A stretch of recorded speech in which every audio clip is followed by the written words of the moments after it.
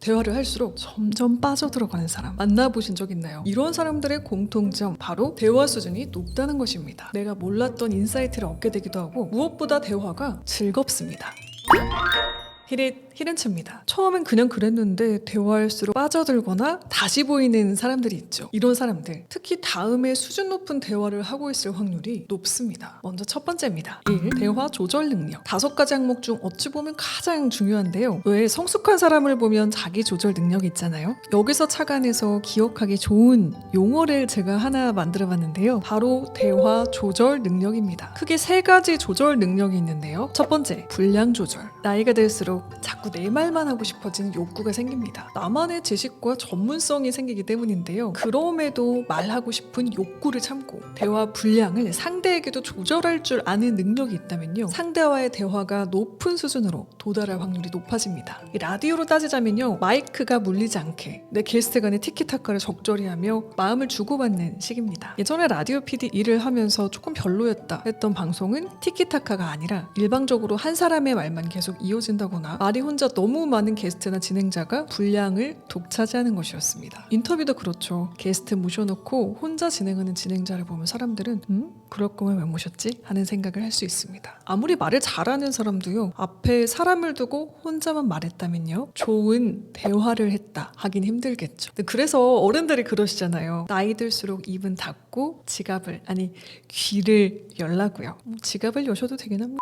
두 번째, 내용 조절. 두 번째 대화 조절 능력은 내용 조절인데요. 꼭 해야 할 말을 하고 하지 않아야 할 말을 안 하는 조절 능력입니다. 근데 이거 생각보다 쉽지 않죠. 저도 안 해야 될 말을 하고 와서 그 말 괜히 했다 후회한 적도 있으니까요. 꼭 해야 하는 말도 마찬가지입니다. 어떤 말은 상대에게 정말 필요해요. 이걸 분별해서 타이밍 맞게 조절해서 말할 수 있는 것 커다란 능력입니다. 일례로 조언을 구하지 않는 사람에게 내가 알고 있는 노하우를 줄줄이 말하는 것. 이건 뭐 TMI라거나 꼰대 소리 듣기 딱 좋죠. 반대로 상대가 조언을 구했을 때 정말로 좋은 말을 적절하게 할 줄 아는 능력, 내용 조절에 해당합니다. 세 번째 대화 조절 능력은 3. 수위 조절. 가끔 너무 세게 말했다 후회되실 때가 있나요? 이런 분들은 아마 표현의 수위 조절에 실패하신 걸 겁니다. 이 수위 조절은 상대에 맞춰서도 당연히 돼야 하지만요. 가장 중요한 것 중 하나는 바로 나입니다. 내가 그 말을 하고 나서 좀 스스로 별로인 것처럼 느껴질 때가 있을 거예요. 진짜 그 사람은 왜 이렇게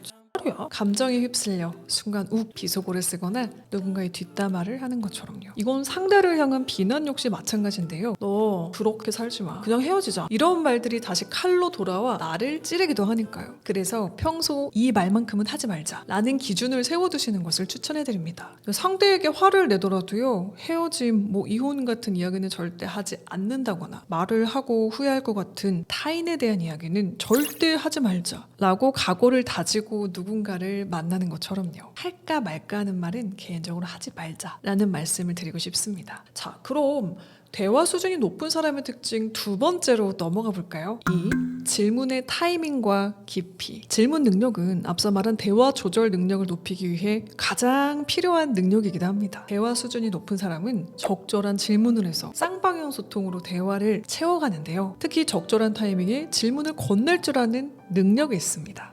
요즘 너무 바빠서 잠을 못 자고 있어. 아이고 피곤하겠다. 무슨 일로 바쁜 거야? 이처럼 리액션만 하고 끝나는 게 아닌 관심을 담은 질문을 표현합니다. 반면 이런 경우도 있습니다. 요즘 너무 바빠가지고 잠을 못 자고 있어. 나도 요즘 진짜 피곤해. 이렇게 상대의 말을 꿀꺽 먹어버리면 대화가 발전되지 않아요. 특히 감정적인 발전이나 교감 교류가 힘들어집니다. 서로 하고 싶은 말만 하고 끝나게 되죠. 여기서 더 나아가 깊은 질문을 건네면요. 대화 고수라고 불릴 정도의 고품격 대화가 가능해지는데요. 이건 제가 생각하는 좋은 진행자의 덕목이기도 합니다. 인터뷰를 다년간 진행해보면서 느낀 거는요. 제 질문이 좋아야 게스트에게 더 깊고 입체적인 답변이 돌아온다는 것이었거든요. 사실 회사를 그만두고 정말 오랜 시간 고민했어요. 일을 저지르고 도전하려고 했는데 막상 실패하면 어쩌지? 두려움이 컸거든요.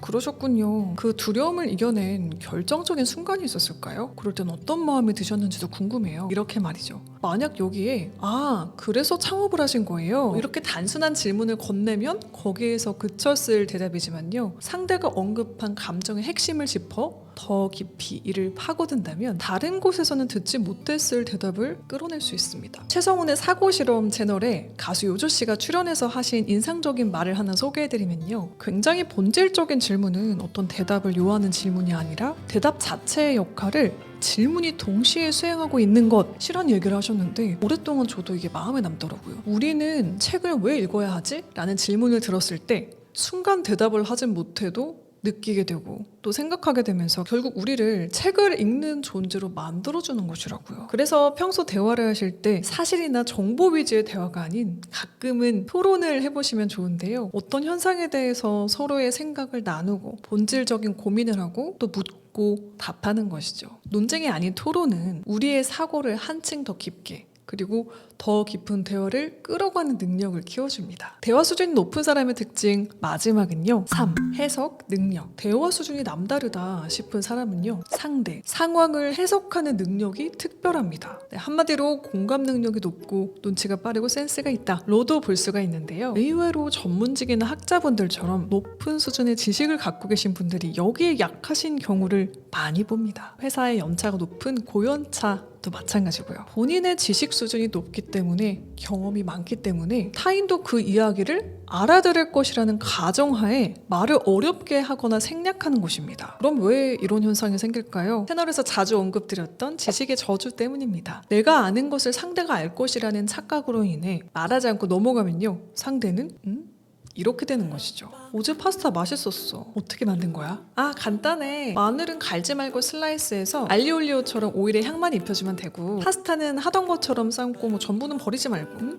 오일에 향만 입히는 게 뭐야? 전분? 대화 수준이 높은 것, 말을 어렵게 하는 것이 아닙니다. 제가 방송국 다닐 때 선배들에게 늘 들은 이야기가 있는데요. 초등학생이 들어도 이해할 수 있게 쉽게 말해라 였습니다. 누가 어떻게 우리 방송을 들을지 모르니 우리 주파수는 모두의 것이니 공공재니까 쉽게 이야기하라는 것이었죠. 여기서 포인트. 쉽게 말한다고 해서 대화 수준이 낮아지는 것은 절대 아니라는 점입니다. 수준 높은 대화에서 중요한 건요. 메시지이기 때문입니다. 전하고자 하는 말을 상대의 눈높이에 맞춰서 또 상대가 공감하는 포인트를 짚어 말하는 것. 높은 수준의 대화를 끌어내는 사람의 중요한 능력이기도 합니다. 상대와 상관없이 말을 어렵게 하면 본인 자체는 말을 잘 할 수 있겠죠. 하지만 좋은 대화가 되기는 역시 어렵습니다. 요즘 핫한 챗 GPT를 써보셔도 바로 아실 수 있는데요. 똑같은 프롬프터를 넣어도요. 쓰는 사람이 F이면 감정적으로 위로를 하고 T이면 사실 위주로 응원을 해주더라고요. 이렇게 상대를 해석해 맞춤형으로 이야기하면요. 이야기가 더